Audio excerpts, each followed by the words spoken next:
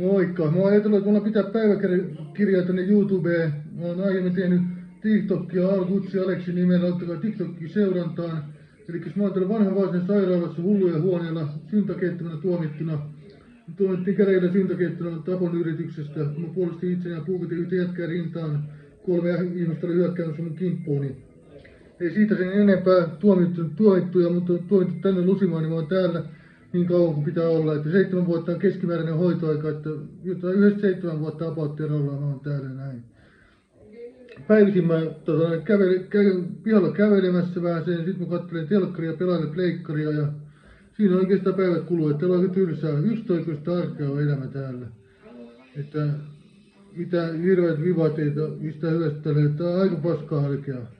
Mutta ei mitään, palataan huomenna asiaan, mä laitan huomenna tänne uuden päiväkirjavideon, ei mitään, Al-Gutsi, moi!